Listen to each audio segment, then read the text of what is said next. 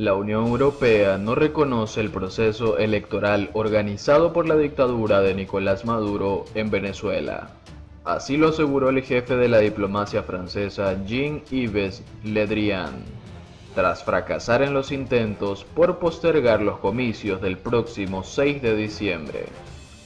El jefe de la diplomacia francesa Jean-Yves Le Drian indicó este miércoles que la Unión Europea no reconoce el proceso electoral para las legislativas del 6 de diciembre en Venezuela, tras haber fracasado en su intento de convencer al régimen de Nicolás Maduro de postergar los comicios. La manera en la que se prepara la elección del 6 de diciembre es totalmente discutible. No reconocemos el proceso en marcha. Es una posición clara y es una posición europea, declaró el ministro francés en el Senado. Queremos garantizar la legitimidad de esas elecciones, pero pudimos constatar que las garantías de transparencia no están reunidas, no están propuestas por el régimen, agregó. La Unión Europea envió hace unas semanas una misión a Caracas para pedir que las elecciones se postergasen 6 meses, pero no tuvo éxito. La Unión Europea no reconoce la legitimidad de Maduro y apoya a la Asamblea Nacional, único órgano democráticamente electo en Venezuela, y a Juan Guaidó, su presidente, como presidente encargado del país. En la elección del 6 de diciembre debe renovarse el Parlamento. En manos de la oposición, el objetivo del gobierno es recuperar la presidencia de la Asamblea para privar a Guaidó de toda legitimidad, según un diplomático europeo. La OEA analiza los comicios. El reconocimiento de los comicios también pasa a examen esta semana durante la Asamblea General de la Organización de Estados Americanos, OEA, que analiza un proyecto de resolución apoyada por Estados Unidos que plantea la falta de condiciones democráticas mínimas para garantizar unas elecciones. La OEA inició este martes una asamblea general de 2 días en la que está sobre la mesa el borrador de una resolución presentada por Colombia titulada La falta de condiciones democráticas mínimas para garantizar unas elecciones libres, justas y transparentes en Venezuela. El texto también fue apoyado por Bolivia, Brasil, Canadá, Chile, Costa Rica, Ecuador, Guatemala, Paraguay, Perú, Estados Unidos, Uruguay y Venezuela, cuyo delegado representante al Parlamento de mayoría opositora y no a la dictadura de Nicolás Maduro. El borrador señala que el reconocimiento de las legislativas va a depender de que existan las condiciones necesarias de libertad, justicia, imparcialidad y transparencia, y de que hayan garantías para la participación de todos los actores y la liberación de presos políticos. Estados Unidos espera que este ente apruebe una contundente resolución para condenar al régimen de Maduro, dijo en su turno de palabra el secretario de Estado Mike Pompeo. El jefe de la diplomacia de Estados Unidos agregó que espera que los países miembros no reconozcan las elecciones ilegítimas en Venezuela, pasadas o futuras. No puede haber elecciones libres y justas en Venezuela si el régimen ataca sistemáticamente a ciudadanos e instituciones democráticas, dijo este martes en Twitter el subsecretario de Estado interino para el hemisferio occidental, Michael Kozak. Por otro lado, después de 7 meses sin ver a su familia, un comandante preso rompió el protocolo y corrió a besar a su esposa. La Dirección General de Contrainteligencia Militar organizó un reencuentro para mostrar ante las cámaras la intimidad de los detenidos con sus parientes e intentar lavar su imagen ante las innumerables denuncias de abusos. Con presencia del GD Carlos Enrique Terán Hurtado, director de investigaciones de la DGCIM, se desarrolló la primera visita, después de 7 meses.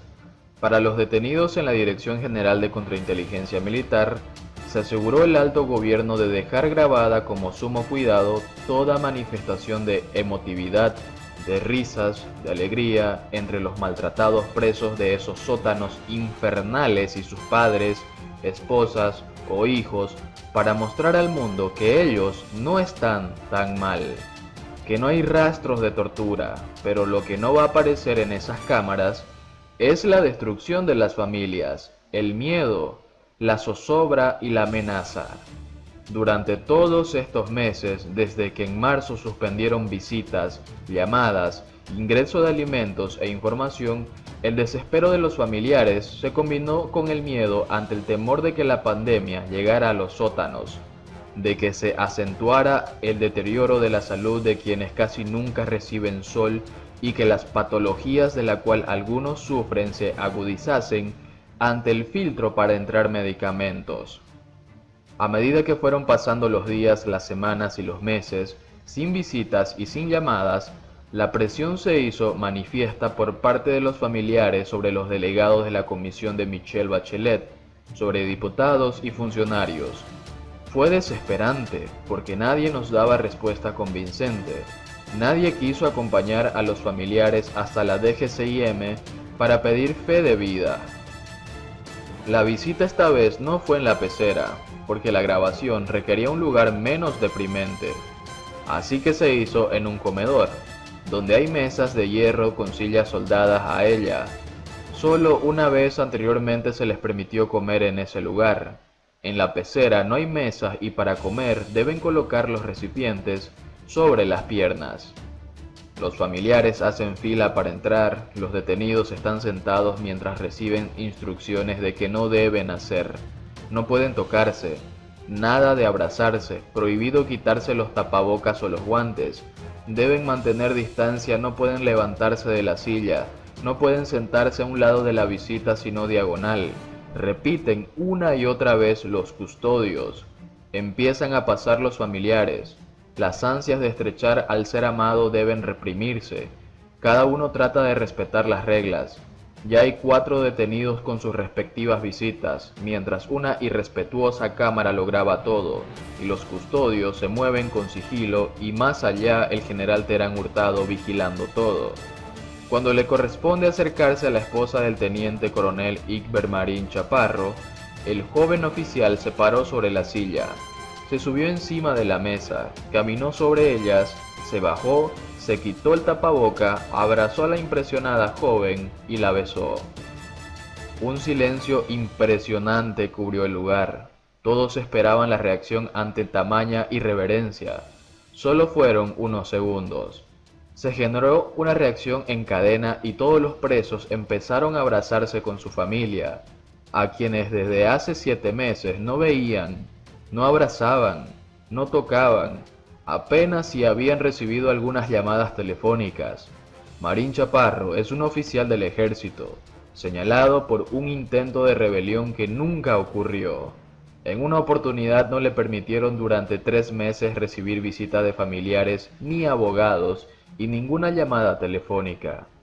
Parece que esta vez no quiso desaprovechar el momento de abrazar y besar a su familia. Cada uno de los familiares sintió molestia y se saben usados por la DGCIM para grabar un momento que debió ser personal e íntimo, pero pudieron evidenciar la felicidad de ver a sus seres queridos. Ninguno cree que fue inocente. Eso es para justificar el informe de la ONU. Es lo que la mayoría de esposas o hijos de los detenidos dice, refiriéndose al informe de la misión de determinación de los hechos, que reveló las brutales y sostenidas torturas y violaciones de derechos humanos que se han cometido en esas mazmorras del régimen venezolano. Los símbolos de tortura. Venezuela ha tenido varias épocas de tortura. Lamentablemente lo que ocurre hoy en la DGCIM y el Servicio Bolivariano de Inteligencia SEBIN no es una novedad. Cada vez que ha llegado un gobierno al poder le imprime su característica especial. Hay gobiernos que nunca se caracterizaron por eso. Entre ellos podemos mencionar al del destacador escritor Rómulo Gallegos, que solo gobernó 9 meses, hasta el golpe de Estado de 1948. Aun cuando fue el primer mandatario del siglo XX que gana elecciones de manera directa, universal y secreta en Venezuela, y quien obtuvo la indiscutible mayoría de 80% de votos. También los generales Eleazar López Contreras e Isaías Medina Angarita, quien fue derrocado por un golpe del Ejército y Acción Democrática. Juan Vicente Gómez asume el poder después de traicionar a su compadre Cipriano Castro y desarrolla desde 1908 hasta que muere en 1935. Una larga dictadura, disfrazada de elecciones, decretos, excusas legales, tortura y muerte. Por supuesto, no todo fue negativo, porque en casos así nunca lo es, y el descubrimiento del petróleo se lo permitió. Gobernó con dádivas y tortura. La Rotunda. Esa cárcel ubicada en Caracas fue el símbolo de tortura del gomecismo. Hoy se encuentra ahí la Plaza La Concordia. Ahí se aplicaron brutales torturas físicas y psicológicas, además de la muerte, para lo cual se usaba el envenenamiento. Los presos eran obligados a usar pesados grilletes. Se decía que era la última morada de los opositores a Gómez porque casi siempre de ahí se salía sin vida. Un año después de la muerte de Gómez, el presidente Eleazar López Contreras ordenó su demolición.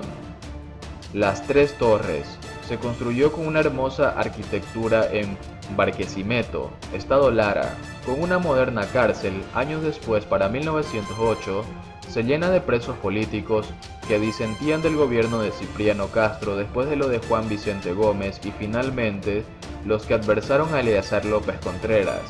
El entonces gobernador Eligio Anzola ordenó demolerla en 1946.